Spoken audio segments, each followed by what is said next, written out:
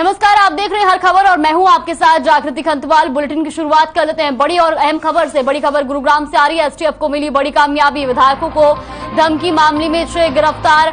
पाकिस्तान के नंबर से दी गई थी धमकी। अलग अलग भाषा में आरोपी दे रहे थे धमकी। पहले मुंबई से हुई थी 2 आरोपियों की गिरफ्तारी और अब दोनों की निशानदेही पर 4 और आरोपियों को गिरफ्तार कर लिया गया। ये बड़ी और अहम जानकारी गुरुग्राम से। तो विधायकों को धमकी मामले में 6 को गिरफ्तार कर लिया गया है। पाकिस्तान के नंबर से धमकी दी जा रही थी। अलग अलग भाषा में आरोपी धमकी दे रहे थे। तो पहले मुंबई से 2 आरोपियों की गिरफ्तारी हुई थी और उसके बाद अब 4 आरोपियों को गिरफ्तार कर लिया गया। ये गुरुग्राम से बड़ी और अहम खबर।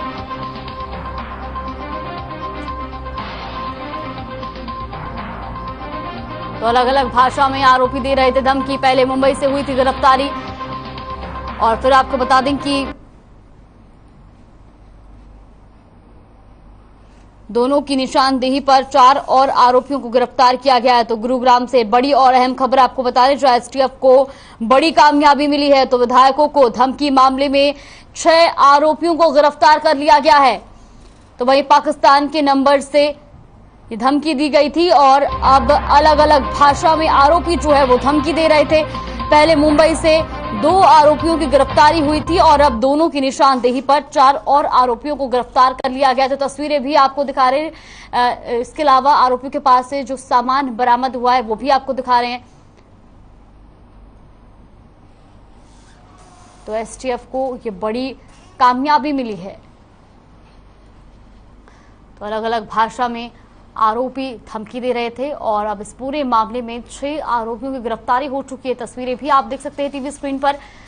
तो ये आपको बता दें कि पहले 2 आरोपियों की गिरफ्तारी मुंबई से हुई थी और दोनों की निशानदेही पर 4 और आरोपियों को गिरफ्तार कर लिया गया है। तो पाकिस्तान के नंबर से यह धमकी दी गई थी और अलग अलग भाषा में आरोपी विधायकों को धमकी दे रहे थे।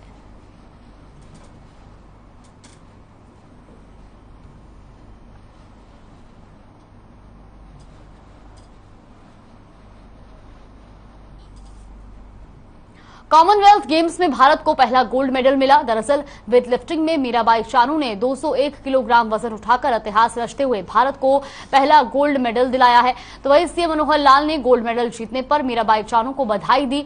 उन्होंने कहा कि मीराबाई चानू हौसले, जज्बे और नारी सशक्तिकरण का साक्षात उदाहरण है। तो सीएम मनोहर लाल ने ट्वीट कर मीराबाई चानू को बधाई दी है। आपको बता दें कि कॉमनवेल्थ गेम्स में मीराबाई चानू ने पहला गोल्ड जीता है।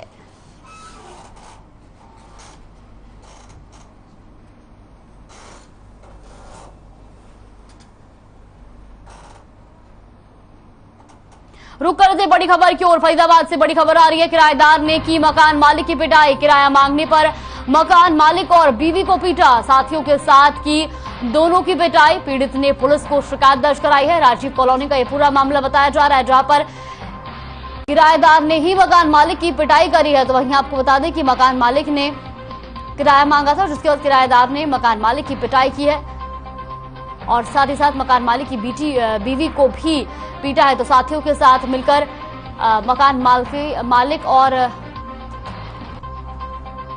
मालिक की बीवी की पिटाई की है। ये बड़ी और अहम जानकारी आपको बता रहे फरीदाबाद से, जहां किराया मांगने पर मकान मालिक और बीवी की पिटाई की है। तो वही साथियों के साथ दोनों की पिटाई की गई है और पीड़ित ने पुलिस को शिकायत दर्ज कराई है।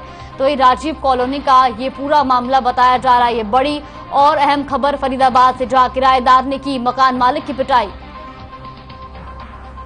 तो वहीं आपको बता दें कि किराया मांगने को लेकर मकान मालिक और बीवी दोनों की पिटाई की गई है और साथ ही साथ आपको बता दें कि साथियों के साथ इन दोनों लोगों की पिटाई की गई है। तो पीड़ित ने पुलिस को शिकायत दर्ज कराई है और जिसके बाद पुलिस ने इस मामले की जांच शुरू कर दी है। तो वही राजीव कॉलोनी का ये पूरा मामला बताया जा रहा है। ये बड़ी और अहम जानकारी फरीदाबाद से। तो किराएदार ने की मकान मालिक की पिटाई। किराया मांगने पर मकान मालिक और बीवी को पीटा। साथियों के साथ की दोनों लोगों की पिटाई। तो पीड़ित ने पुलिस को शिकायत भी दर्ज कराई है और राजीव कॉलोनी का ये पूरा मामला बताया जा रहा है।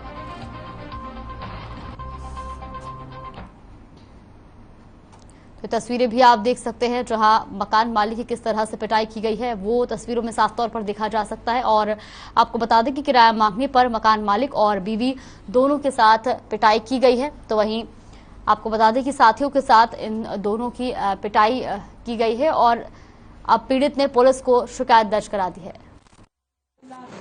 ये कोई राजीव कॉलोनी में रहने वाला आदमी है, परवीन नाम से और विजय, इसके साथ मारपीट हुई है। कल इसने दारू पी के उनसे कुछ बोलचाल की होगी, उन्होंने पीटना शुरू किया। कल इतनी चोट नहीं थी, लेकिन जब यहाँ से मेडिकल करा के गया तो फिर 7 बजे इसको मारा है और मारा को तसल्ली से काफी ज्यादा चोटें हैं इसको। मारा ढंग से 20 आदमी ने मारा, घर में घुस गई। कौन थे? उन्हें तो ना जानू, पर राजू है, जानू ने बुलाए। राजू कौन है? पड़ोसी है, पहले मेरे घर में किराए पे रहे जी। तो रंजिश थी कोई, किस लिए मारा? तो मुझे तो चले ही ना जीवान, तो जानते ही मारे को तो सिस्टम में जाके दिल में कहा चल लो कहा ना चल लो, मुझे यह बात सुना। कोई लेन देन था? हाँ, 6000 रुपये वापस चाहिए बैंक के मुँह पे। तो तगादा किया वो मेरे फोन पे करो वापस। तगा तो फोन पे कहिए भाई हमें पैसा दे दो भाई।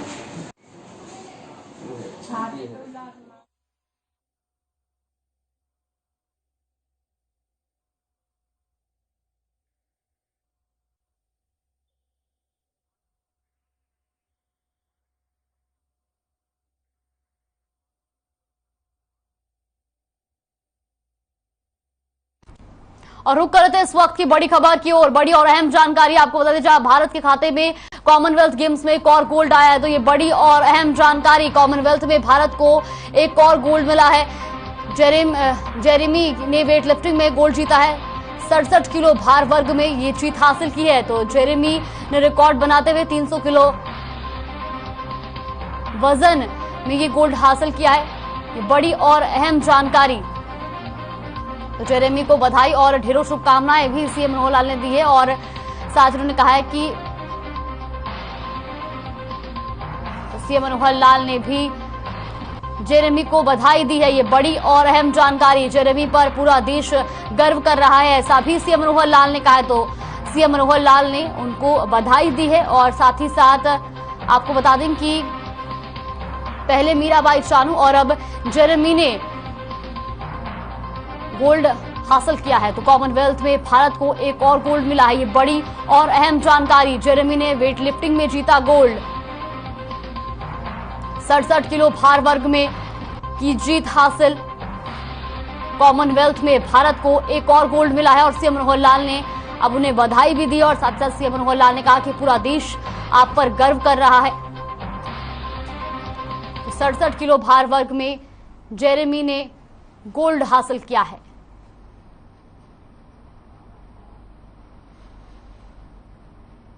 बड़ी और अहम जानकारी आपको बता दें, जहां वेट लिफ्टिंग में जेरेमी ने गोल्ड हासिल किया है। तो वहीं सीएम मनोहर लाल ने ट्वीट कर लिखा कि आप वर्ल्ड वेट लिफ्टिंग का भविष्य है और कॉमनवेल्थ में भारत को एक और गोल्ड मिला है।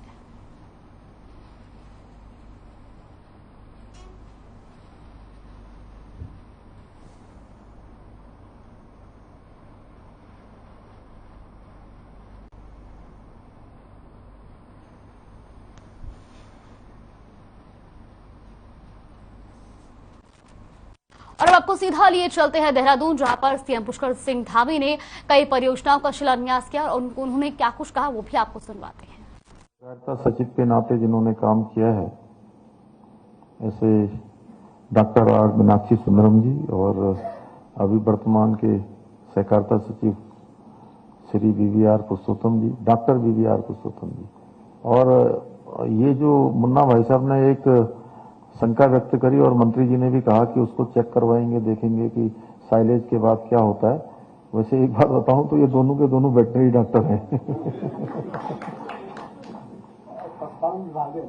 हाँ, पशुपालन विभाग भी है, तो ये जो है ठीक से चेक करवाएंगे।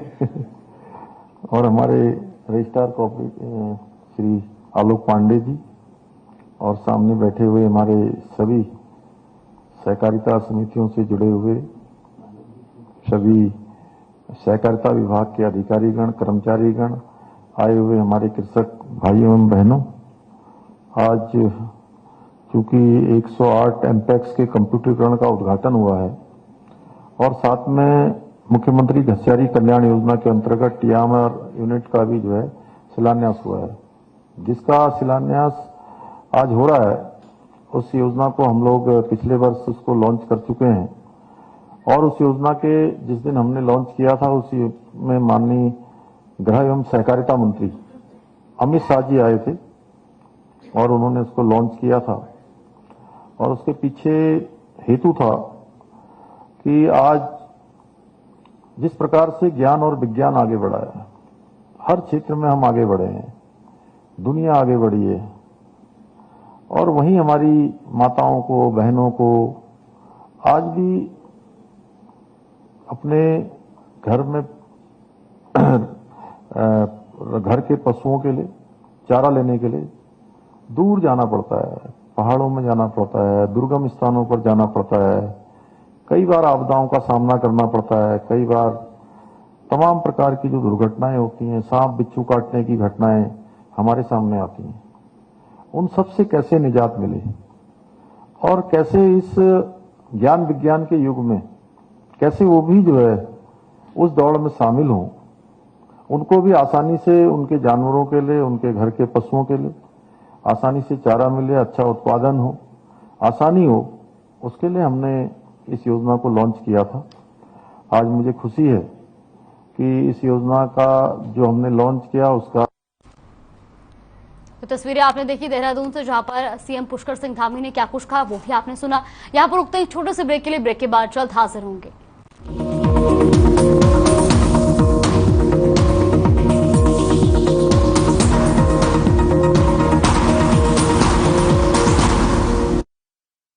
सब कुछ आजमाया और तब मैंने माना कि सिर्फ सच्ची सहेली ही है महिलाओं के उन मुश्किल दिनों की हर समस्या, जैसे कठिन दर्द, अनियमितता, खून की कमी, थकान व कमजोरी जैसी सभी प्रॉब्लम्स के लिए नंबर 1 औषधि एवं टॉनिक।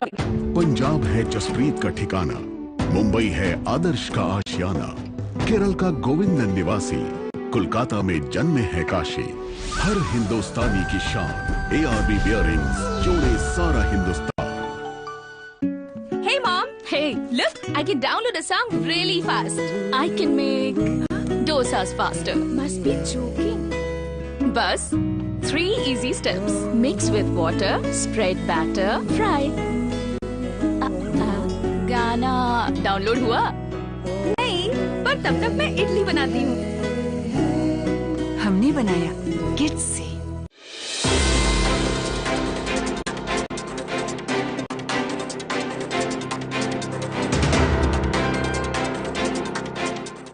पंजाब है जसप्रीत का ठिकाना, मुंबई है आदर्श का आशियाना, केरल का गोविंद निवासी, कोलकाता में जन्मे है काशी। हर हिंदुस्तानी की शान ARB बियरिंग्स जोड़े सारा Hindustan. Hey mom, hey, look, I can download a song really fast. I can make dosas faster. Must be joking. Bus, 3 easy steps. Mix with water, spread batter, fry. गाना डाउनलोड हुआ? नहीं, पर तब तक मैं इडली बनाती हूँ।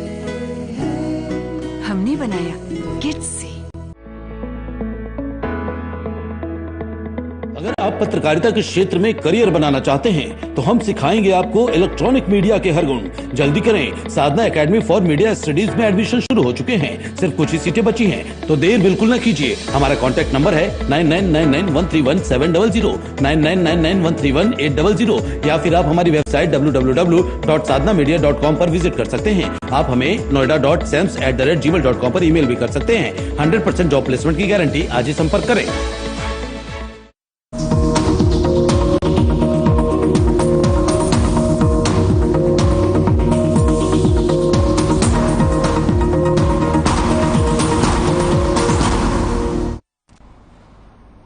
ब्रेक के बाद स्वागत है आपका। रुक करते हैं खबरों की ओर। बहादुरगढ़ में एक जिंदा बुजुर्ग को प्रशासन की लापरवाही का खामियाजा भुगतना पड़ रहा है।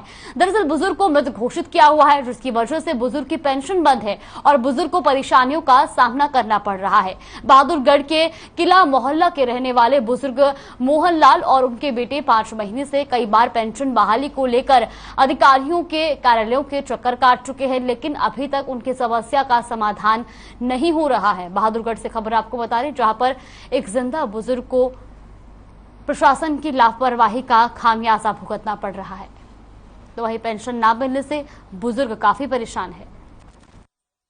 जिंदा हूं और मेरी इतनी उम्र है, 100 साल के करीब है, और अधिकारियों से मैं कई दफा मिल चुका हूं, कोई सुनवाई नहीं है वैसे। और मैं गरीब आदमी, मैंने कर्जा देना है लोगों का, कैसे दूंगा मैं वैसे कि आप यानी कि मर चुके हो। वैसे जिंदा आदमी को मरा हुआ दिखा, हाँ मरा हुआ दिखा दिया, जिंदा आदमी को मार दिया। वैसे मुझे ऐसी पेंशन की जरूरत है, मारो मत मुझे।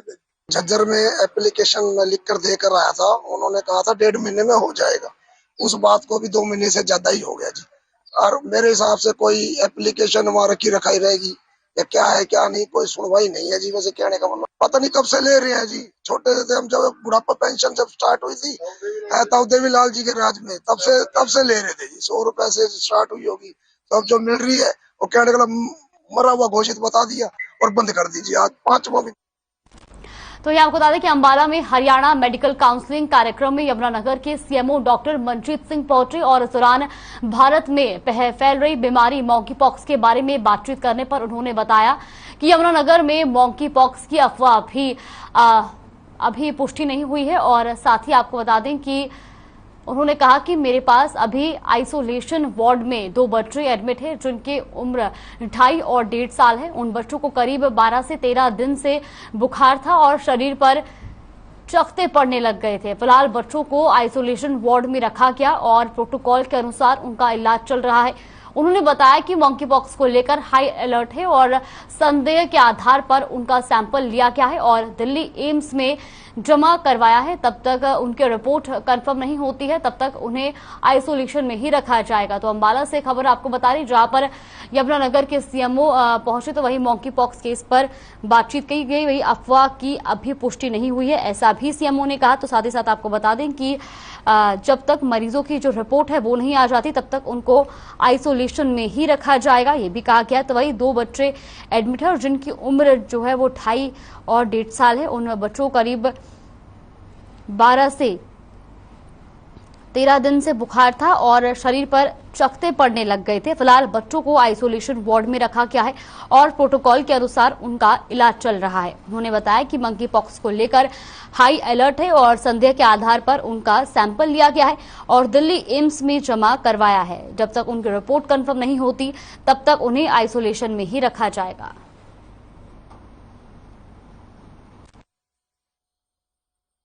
कि मंकी पॉक्स के बारे में उन्होंने देखा तो उनको थोड़ा डर लगा और उन्होंने तुरंत कंट्रोल रूम में फोन किया। एम्बुलेंस उनको सिविल अस्पताल यमुनानगर ले आई। मैं तुरंत वहां पहुंचा, मेरी टीम वहां पहुंची। हमने एग्जामिन किया, हमने लोगों की सलाह ली, हमने स्टेट बॉडी की सलाह ली, हमने आईडीएसपी की टीम की सलाह ली। मैंने अपने जितने सर्कल में जो मेरे स्किन वाले डॉक्टर्स थे उनसे सलाह ली। प्राइवेट के स्किन डॉक्टर को बुलाया गया क्योंकि हमारे पास सिर्फ जगाधरी यमुनानगर डिस्ट्रिक्ट में कोई स्किन स्पेशलिस्ट सरकारी सेवाओं में नहीं है, तो एक प्राइवेट स्किन स्पेशलिस्ट को बुलाया गया और बच्चों को एहतियातन आइसोलेशन वार्ड में रखा गया है और उनका इलाज एज पर प्रोटोकॉल जो चलना चाहिए। कुरुक्षेत्र के नवनियुक्त पुलिस अधीक्षक सुरेंद्र भोरिया ने पदभार संभालते ही अपराधियों को खबरदार किया। पुलिस अधीक्षक ने कहा कि लोगों को पुलिस से घबराने की जरूरत नहीं रहेगी और वो अपराधियों को छोड़ेंगे नहीं। उन्होंने कहा कि नशा तस्करों पर नकेल कसने के अलावा महिलाओं और बच्चों के खिलाफ अपराध मामले में समय से प्राथमिकी दर्ज कराना और समय से जांच करके चालान पेश करना उनकी प्राथमिकता होगी। साथ ही कहा कि साइबर क्राइम पर नजर रखने के साथ साथ लोगों को जागरूक किया जाएगा। ट्रैफिक समस्या पर पुलिस अधीक्षक ने कहा कि व्यापार मंडल और अन्य सामाजिक संस्थाओं के सहयोग से समाधान निकाला जाएगा। तो कुरुक्षेत्र से खबर आपको बता रही, जहां पर नवनियुक्त पुलिस अधीक्षक सुरेंद्र भोरिया ने पदभार संभालते ही अपराधियों को खबरदार किया। तो वहीं पुलिस अधीक्षक ने कहा कि लोगों को पुलिस से घबराने की जरूरत नहीं रहेगी और वो अपराधियों को छोड़ेंगे नहीं। साथ ही उन्होंने कहा कि नशा तस्करों पर नकेल कसने के अलावा महिलाओं और बच्चों के खिलाफ अपराध मामले में समय में प्राथमिकी दर्ज कराना और समय से जांच करके चालान पेश करना उनकी प्राथमिकता होगी।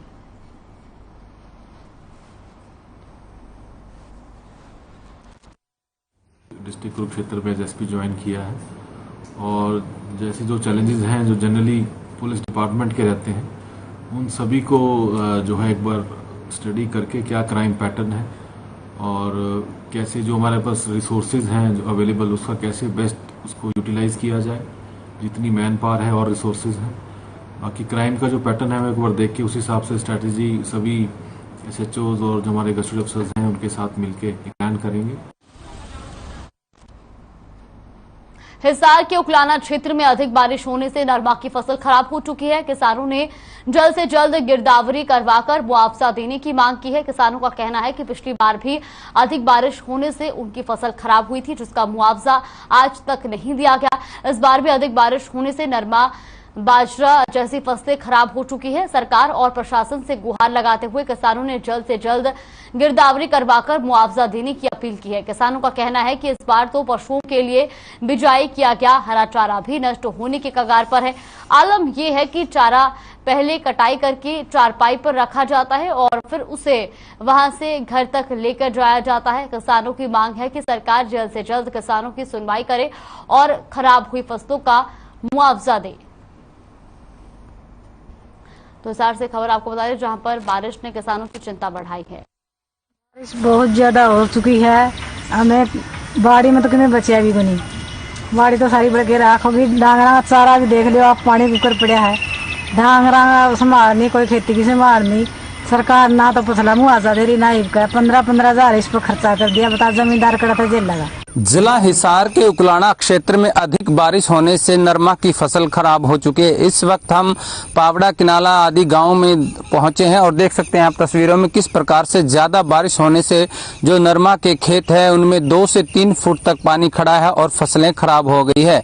किसान मुआवजे की मांग कर रहे हैं। किसानों का यह भी कहना है कि पिछली बार उनकी जो फसल खराब हुई थी उसका मुआवजा भी अभी तक उन्हें नहीं मिला और इस बार की फसल भी उनकी खराब हो चुकी है। यहाँ तक कि पशुओं के लिए बिजाई किया गया चारा भी खराब हो चुका है और धान की फसल को छोड़ करके तमाम फसलें जो है वो खत्म होने के कगार पर है। प्रशासन और सरकार से गुहार लगाते हुए किसानों की एक ही मांग है कि तुरंत प्रभाव से गिरदावरी करवाकर उन्हें उचित मुआवजा दिया जाए। अपने सहयोगी के साथ बुलेटिन में फिलहाल के लिए बस इतना ही। आप देखते रहिए हर खबर।